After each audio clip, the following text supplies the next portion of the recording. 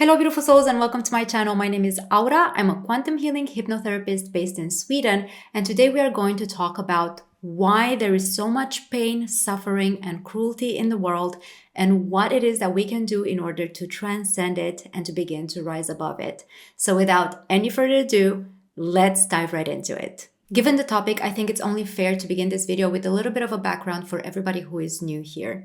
I have had a near-death experience back in 2008, which means that I have a little bit of a deeper insight and understanding into what lies beyond this physical life. I have also been born as what people like to call a psychic medium. I personally don't like to call myself this, but it's what people understand for someone who is aware of our multidimensional aspect, who can perceive spirits since childhood. I have been seeing dead people ever since I was a baby. I have been hearing voices my entire life. And these voices have always told me the truth. For instance, I have lived and I've experienced the attack from London 2005. I have experienced the explosion in Beirut before it happened. I have experienced the beginning of the Ukraine war before it happened.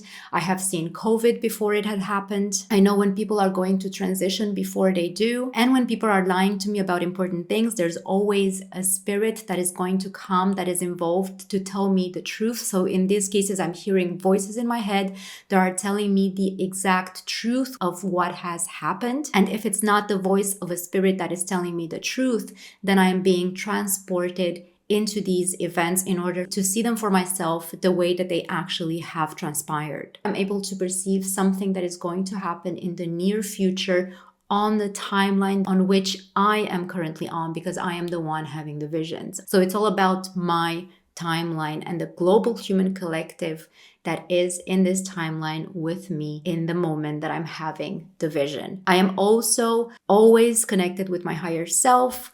I am connecting to source. Sometimes I'm also hearing the voices of spirits that are still among us. And it has always, in every single case, been the truth that I have been told, that I have experienced, and that I have seen. This does not mean that I have the absolute truth. Again, it's just from my individual point of view, seen and perceived through my filter.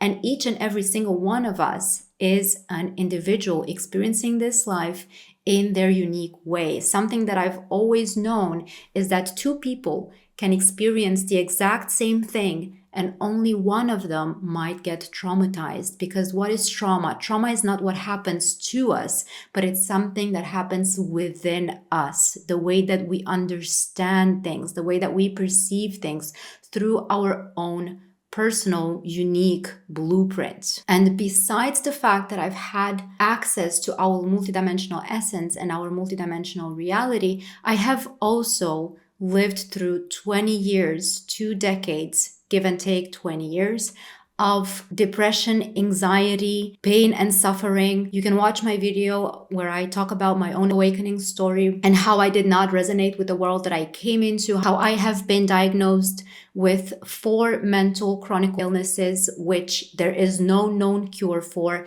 and 4 physical chronic illnesses, for again, which there is no known cure for. And through my own personal practices, through meditation, through daily devotion and dedication to myself, through studying more about the human life, the human condition, psychology, philosophy, and hypnotherapy, I have managed to take myself out of these things alone. Alone, again, meaning by diving into all of these different practices and by taking responsibility for myself, for my life, I have managed to be declared miraculously healed by the medical system. And so I find that it is my duty to come and tell you about some of the things that I've learned, share this experience with you. And I've made it my life's work and my life's mission to be a guide to empower those who seek empowerment and those who seek liberation to heal themselves. And so I'm not here to be a crutch, but I'm here to help people empower themselves. And with all of this, I'm not here to tell you what to do. I'm just here to share my experience from which you can take whatever resonates and discard all else. And so to now get to the topic of this video, why do we have so much suffering, cruelty, and pain in the world? There are several answers to this question that lead to more or less the same result. The idea is that from a higher perspective, everything is neutral. There's no good and bad. There is no negative or positive. But all of these things are completely neutral and one and the same. One is not more or less than the other. If you think about our breath, we have the inhalation and exhalation. One is not more important than the other. They are both equally needed. You cannot exhale if you don't inhale, and you cannot inhale if you don't exhale. So in this physicality, we live in a world of duality. We live in this polarized universe, which we experience only in 3D and in 4D, which is the fourth dimension and the third dimension. The fourth dimension being the bridge between the third dimension and the fifth dimension, and the fourth dimension is the dimension of time. The third dimension is the dimension of this physicality and of the ego, of the I am. The dimensions are aligned to our chakras. The first dimension corresponds to our root chakra, the second dimension to the second chakra, the sacral, the third dimension to our ego, right? And this is the world that we live into, where we express who it is that we are through roles, through different personalities that we play out in different scenarios. And the fourth dimension is the heart, the one that bridges the so-called lower, which again, there's no hierarchy. The lower and the higher are not better than the lower aspects of ourself. So the fourth dimension is the one of time, where time is infinite. This is the dimension where we live in it, we have a feeling either that the time is going very, very fast or the time is going very slowly. We can maneuver it, we can change it, we can pull it or shrink it. It is elastic. We can do with it as we please because we are the source of our reality. We are the creators of everything that we experience. And so when we live our life from the heart, from this bridge that connects our lower and our higher aspects and is the main key to our multidimensional being, our multidimensional aspect, because if you look at it in our higher heart center, we have the soul star chakra. So right here in the center, we have the heart chakra, and then right above it in the thymus, we have the soul star chakra, which is our gateway to accessing the infinity of all that we are as ourselves as a fractal of source, which means that we access our aspect as an omnipotent, omniscient, omnipresent being. And when we live from the heart space, we inevitably begin to neutralize everything that we find is rooted within suffering in this world. We begin to see it from a higher perspective, understand what it is that is going on. And by neutralizing it, we step into our essence as being a fractal of source. So we come full circle. So to put it simply, we incarnate into this physicality, into this dense, dualistic world that is modeled after a seemingly terribly dysfunctional system, into which upon the moment of incarnation we have to begin to disregard everything that we are, because as we incarnate in these bodies, the first expression of our personality is our true soul essence. But then we have to begin to disregard and eliminate pieces of ourselves in order to fit into a limited society that needs us to be in a certain way, because otherwise we risk being exiled, we risk being punished. And as helpless babies, we cannot afford to do that. So we do everything in our power to be liked by our parents, who are already heavily programmed to fit into the society, who, in order to be good parents, they need to program us to fit into this society. And in order to survive, to be liked, loved, accepted, and taken care of, we need to disregard ourselves. As babies, we don't see any other way, and we are not being offered any other way of surviving in this world. But this entire concept is set up in such a way that it's actually paradoxical. So the idea is to actually not discard of yourself, but to remain intact against all odds, to have the courage to stand in your power, to remain whole, because in doing so, you express who it is that you truly are your true essence as a fractal of source, which in itself is unique because there are no two things in the entire universe, there are no two particles in the entire existence of all that is that are the same. Everything is unique, which means that you are unique, I am unique, and whatever works for me might not work for you. So the idea is to have the courage to remain whole and to stand in your power and follow your path, your mission, no matter what, because that is you expressing your true essence through this human experience. And as you do that, you enrich the world around you.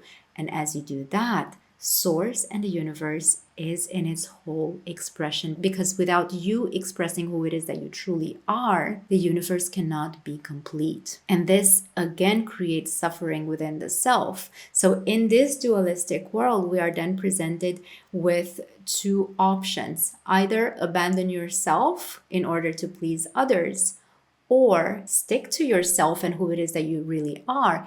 And you might not please everyone, which means that those relationships or whatever it is that does not resonate with who it is that you truly are will simply fall away. And even if that may seem dramatic, what you are left with then is only sincere relationships of true love and an environment that truly respects who it is that you are, because you respect yourself. So it's always about coming back full circle to the self. Suffering is a part of this matrix system for millennia, because humans have forgotten about their sovereignty. Humans have forgotten the infinitely powerful beings that they are. And all of this has been made on purpose, because if you think about it, the two businesses that thrive the most and are the richest in the entire world is the business of war and the business of so-called healthcare. Without us separating each other, not only being divided amongst each other, but being divided within oneself, the war industry wouldn't thrive.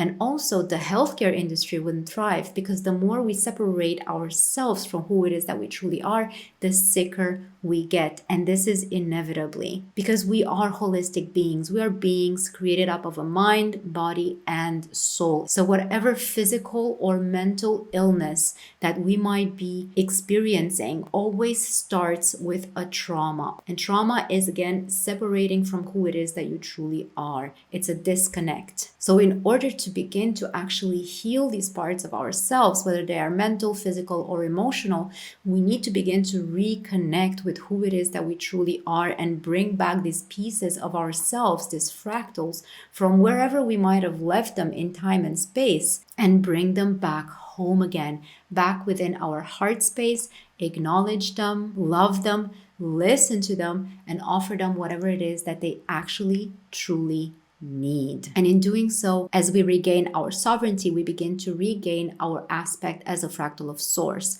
There are so many religious texts that are saying that we have been created in the image of God, which means that we are God, we are a fractal of source, which also means that we are unconditional love, which again is neutral.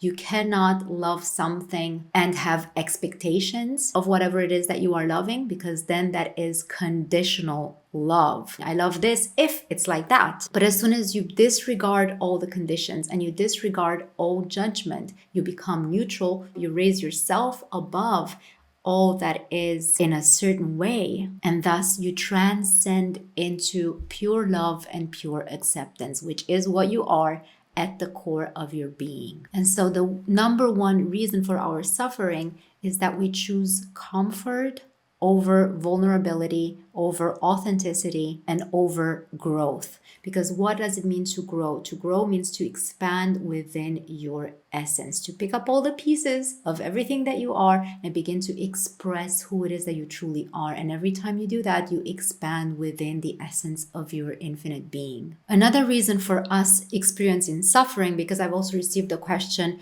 why did God create a world that is so full of suffering? The soul grows through suffering. We are here in order to experience the entire spectrum of the all that is, so that we may process it and love and accept it, which means neutralize it. If we wouldn't experience the entire spectrum of the all that is, of all emotions, we wouldn't be able to even connect to each other. We wouldn't have compassion for each other. We wouldn't know love, because love is complete. Love is not just joy. Love is not just rainbows and unicorns.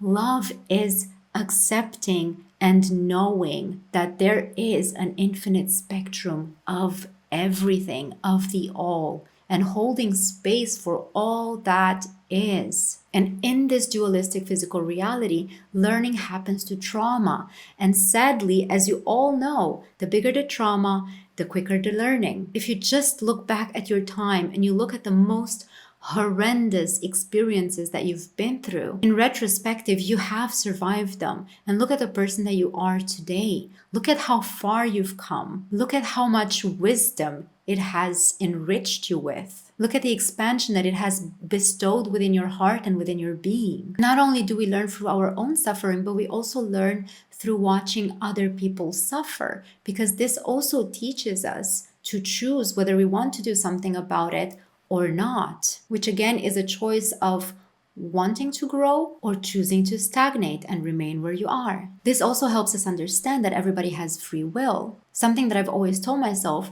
is that people who are asleep help me awaken even more. Those who make choices from an unconscious state of being, by observing them, I learn how and where I can improve myself, and at the same time remain neutral to what it is that they are doing, by understanding that this is the role that they came here to play. So many times when criminal acts happen, other people awaken, realizing that this is not how they want the world to be. They want something else. This is how we choose not to have world wars, even though we have not yet learned how not to have war within ourselves, because we reflect everything that is happening within us into the outside world. And so the war that we carry within ourselves needs to stop in order for the war outside of ourselves to stop, because someone who is at peace will not become reactive. Only a person that is hurt, a person that is suffering, is lashing out on others, is creating disharmony in their environment, because there is this harmony within themselves. So the idea here also is to learn to respect the free will of others and recognize it within others, just as you would want others to recognize the free will within yourself. And so some souls choose to be the bad guy in order to help others step into their free will of whether they choose to transcend these limitations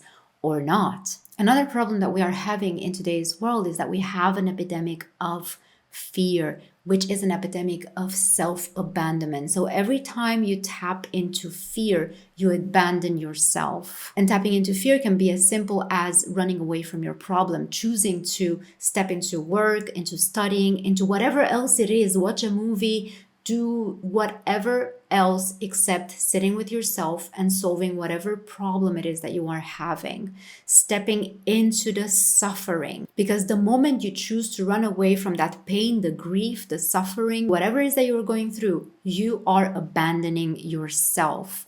And so I would like you to imagine, if you would have a child, would you abandon your child that is suffering, that is going through grief, that is going through any type of pain? Would you push or lock your child away in order to not have to deal with that child? Or would you choose to sit with them, talk things out, try and see how it is that you can help them, begin to process the situation and find a way out? Because this is what you're doing every single time with yourself when you are trying to avoid dealing with your suffering, your pain, your grief, your anxiety, whatever it is that is being triggered within your body that causes any type of tension or discomfort. So the idea is to choose love over fear, to move from a fear mode into a heart mode. And when you do that, not only do you begin to heal yourself, but you begin to be able to heal others around you. Because as long as you are in a state of suffering, in a state of imbalance, you are automatically influencing the world around you from that state of being. And that is because we are electromagnetic beings. Whether you want it or not, we are made up of energy. We are energy moving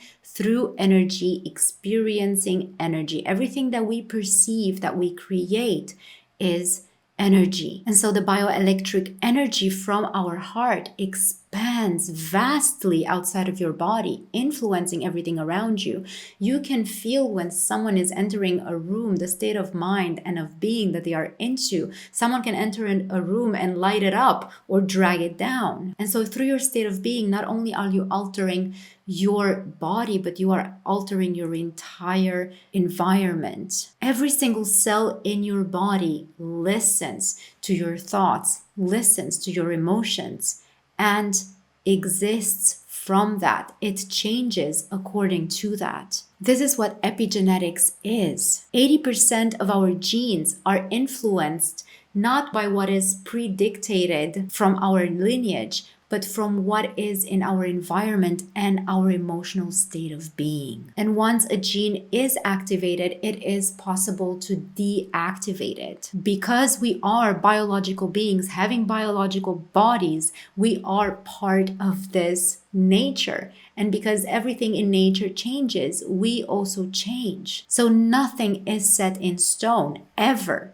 unless you insist that something is set in stone. And this is where our belief comes in and the state of suffering. The most number one important thing in this world, in this life, in your reality, is your belief. If you believe that your entire world is against you, if you have negative self-thought and you limit yourself to a certain type of being, you put yourself in a box, then that is the prison that you create for yourself and nobody else. Yes, it is true that as we are children, the world creates our mind. But the older we get and the more life experience we have, we begin to understand that we create the world with our mind. So our mind is molded by the world in the first years of our life, but then we have full responsibility and full control over our internal state of being, with which and from where we create our external environment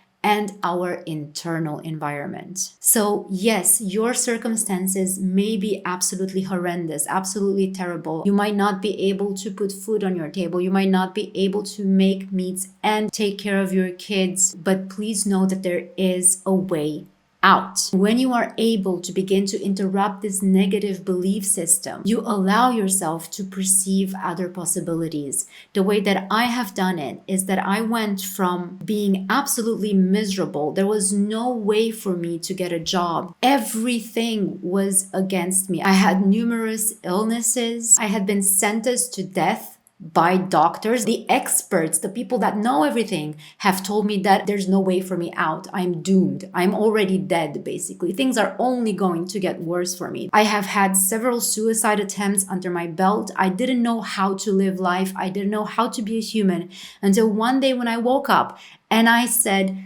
I'm done with it. From this moment on, I am going to be my own best friend. This is something that I had never tried before. I was 23 years old and I had decided, let's fake it until I make it. But in order for that to work, I had to change my entire life. I had to change my entire diet. Everything that I was addicted to, I had to completely eliminate. So I went that day cold turkey. I stopped smoking. I stopped drinking. I stopped eating anything that was not in favor to my body, to my health, that wouldn't nurture my new way of being. I filled my fridge with veggies and fruits. I bought myself a blender, the shittiest one that I could find that wasn't even blending or chopping anything. I started exercising. I started dancing. I started doing all these things that would sustain this new way of being, something that I had never in my life done before. And I was writing every single day with a pen on my arm, be the change you wish to see in the world.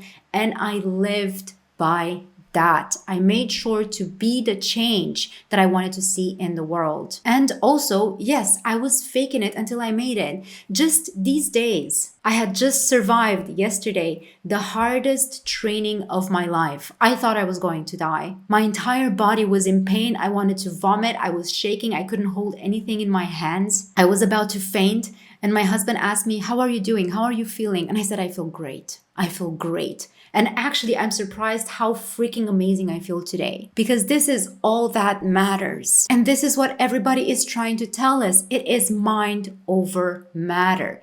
Your belief, your internal state is what creates your reality. The entire spiel of this life is mind over matter, because mind molds matter. It forms it. It shapes it into its own form, into its own state. And so as soon as I made these changes in my life, everything started changing. Suddenly, I had job opportunities. I had internship opportunities. Everybody wanted me to work for them. Everybody wanted me to be there, to be around me. I went from being the most hated person in the world to being the most wanted and needed person in the world. And I did not change the way I look. I did not change my music taste. I was still wearing my crazy clothing. The only thing that I have changed was my internal state of being. And of course, nutrition and some lifestyle changes. And not only did the entire world around me change, but I had been declared within 3 to 4 months miraculously healed by the medical system. So I had healed all of my mental and physical illnesses, all of them. I was for the first time in my life, I was pain-free. And I am not the first case that you will ever hear of, or the only single case in the world that has done this. There are countless people who have done this in their life, who have created these changes. So there is a way out, and it always starts with your belief, with your state of mind and your state of being. Another reason why people are suffering, and this is something that I said before, is that bad things happen to good people because they try to please others more than they please themselves. But again, you are the universe. And so the universe treats you the way you treat yourself, not the way you treat others. If you keep giving from an empty cup, the universe will not reward you for giving, because you are the universe. You are that empty cup that you keep depleting. So all that you will have is more of that emptiness. And this gets me to another point about why there's so much suffering in the world. And that is because you wait for others to make you happy. Or not you, but we generally are conditioned to look for happiness outside of ourselves. But again, you are the universe. You need to give yourself what it is that you truly need in order to thrive. And that is, for most of us and all of us, actually, love, acceptance, the need to be seen, the need to be understood. So then you need to hear yourself. You need to understand yourself, listen to yourself, and then follow the needs of your body, of your being, of your essence. And also, the more you sit with yourself, the more you get to know yourself, because you have been abandoning yourself for so many years due to the conditioning, and because, of course, your mere existence was endangered, your survival was endangered. So we needed to discard of ourselves in order to be accepted in this society. And because we did that, we don't even know who we are. So other comments that I've received these days are, but I don't know my passion. I don't know what brings me joy. I don't understand my own values. And we don't know these things about ourselves because we have been taught to consider them unimportant, to consider the things that we love, that bring us joy, the passions that we have, less than, because they are not in alignment with that which is expected of us. And so how can we begin to transcend suffering? What is it that we can do? Number one is take time for yourself to sit with yourself. Stop abandoning yourself. Catch yourself every time you recognize that you are in a state of anxiety, you're in a state of suffering, in a state of imbalance, and you are reaching out towards other things that will help you escape this state instead of remaining with yourself. Make the choice to turn back to yourself and to sit with yourself and dive within. See what it is that you actually need, why it is that you are feeling this way. What is it that triggered you? Why did it trigger you? Allow yourself to sit with this emotion, to get to know it, because this way you get to know yourself. Go to the root of it. Try and find out when is it that you felt like this for the first time in your life. And you will find that so many things are actually rooted in our childhood. And I will be making an inner child meditation video that will help you reconnect with your beautiful inner child. I'm going to make it these days, probably next week, because it is so important to reconnect with these parts of yourself, to take them seriously and to begin to nurture them, to begin to love them, to hear and understand them, and begin to create daily practices that nurture your healing process and that nurture your happiness, whatever that may be. Things like drawing, painting, singing, writing, means of expressing your soul, your creativity. These small and insignificant things bring so much joy and they reconnect us with our soul. That we disregard them and we are so addicted to the phones, we are so addicted to the screens, which their only purpose is to further disconnect us from ourselves. So empower yourself to regain that sovereignty, to make these choices for yourself. Choose yourself instead of choosing further disconnection. Another way we create suffering is every time we think of the future and we base the future on our past, because things have gone badly in the past, which means that they inevitably are going to go badly in the future. And this is again how we are wired to think, to live in a constant state of anxiety, which keeps us small and disempowered. And so every time you find yourself creating catastrophic events in your future, try to interrupt that thought, return to the present moment, take 4 deep breaths. And again, I have these practices on my website that you can download for free and begin to implement them in your everyday life. I'm going to put the links below in 3 different languages. Just go on there, download these things. So take these 4 deep breaths in order to recenter and tell yourself, what if this works out? Just have that question in your head, because you can't argue with that. It's a what if question.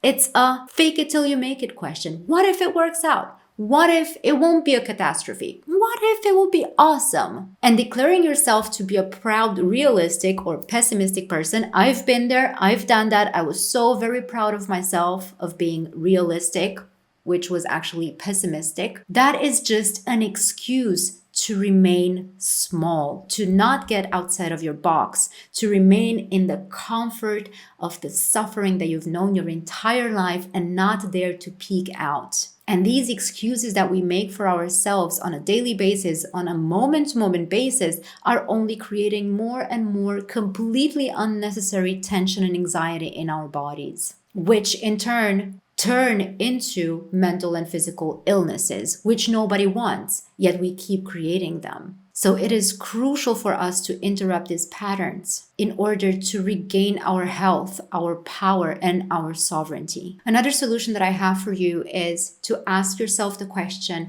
and write it down on a paper just to make it very clear for yourself and to bring it into this physicality is, what was I made to believe about myself and about the world when I was a child? Make these 2 questions. So 1, what was I made to believe about myself when I was a child?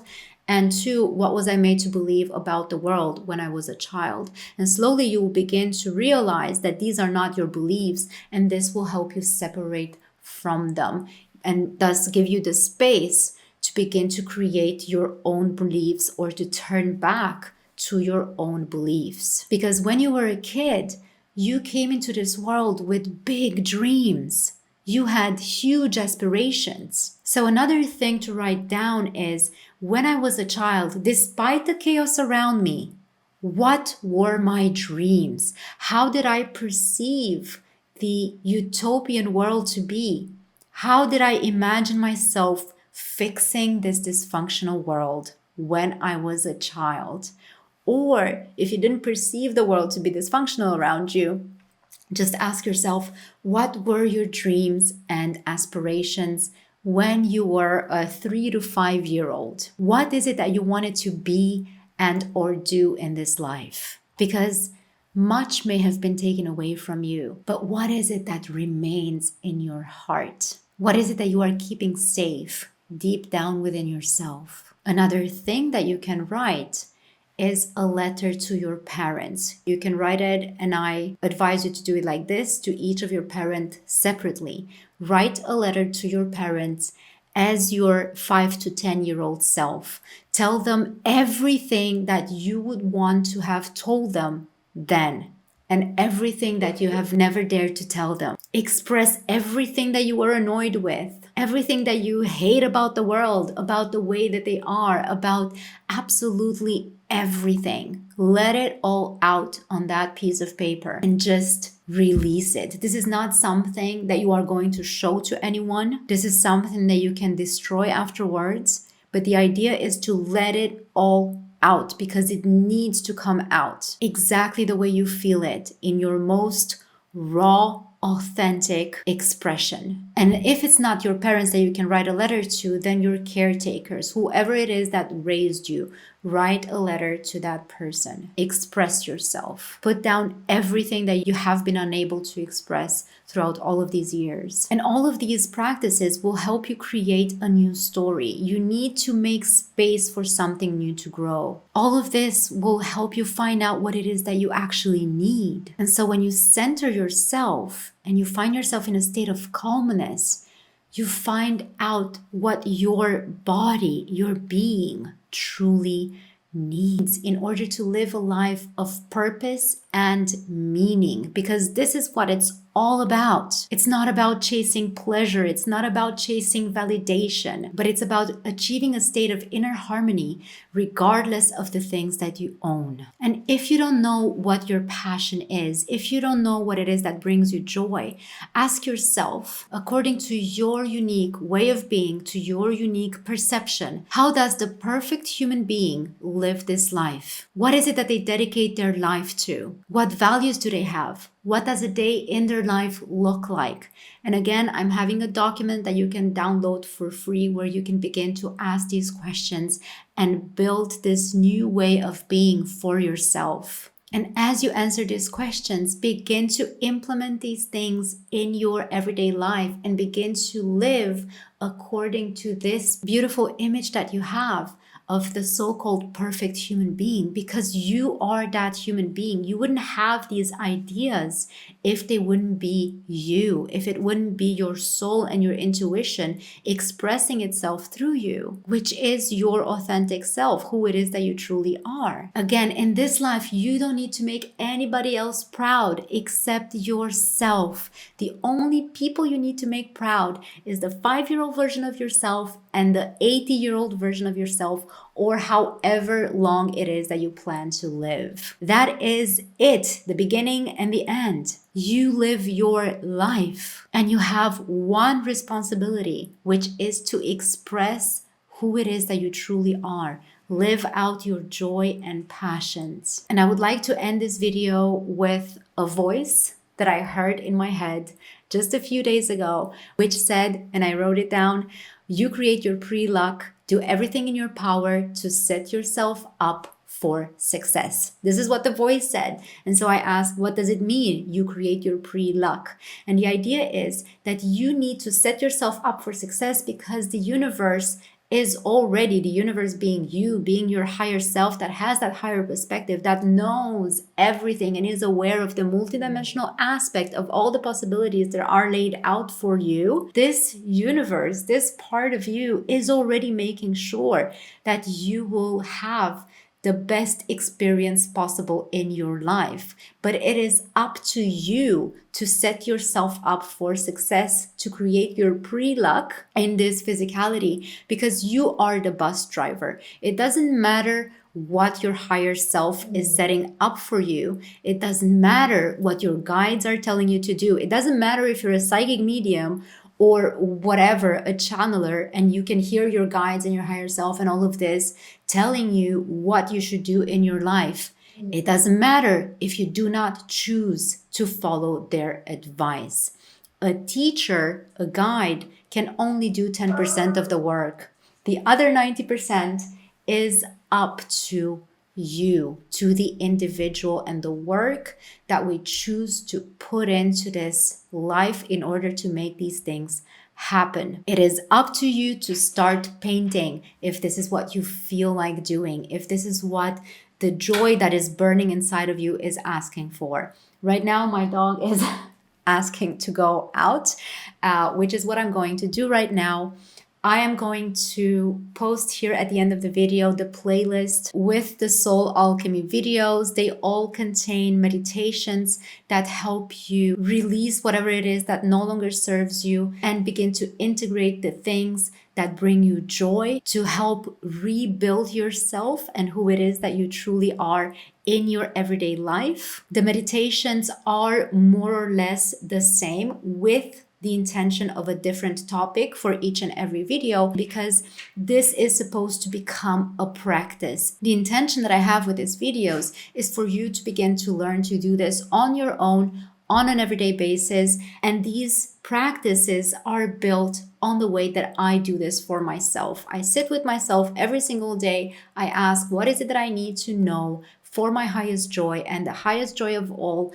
And then I learn what it is that I need to discard and what it is that I need to begin to include in my everyday life in order to be more of who it is that I truly am in this life, so that I can help more people out there. And so you're having all these materials at your disposal for free. It's just a matter of you beginning to implement the things that work for you in your everyday life, whatever it is that brings you joy, and start walking your unique path courageously, because that will empower you to become your highest expression right here, right now, in this incarnation. And so thank you so much for hanging out with me today till the end. If you do like this video, please like and subscribe, because it will help reach more people out there that might need to hear this. And if you have any type of questions or requests, please feel free to type them in the comments below. I absolutely love reading your comments. Again, thank you so much. Have a beautiful moment of the infinite now, and take care of yourselves. Bye.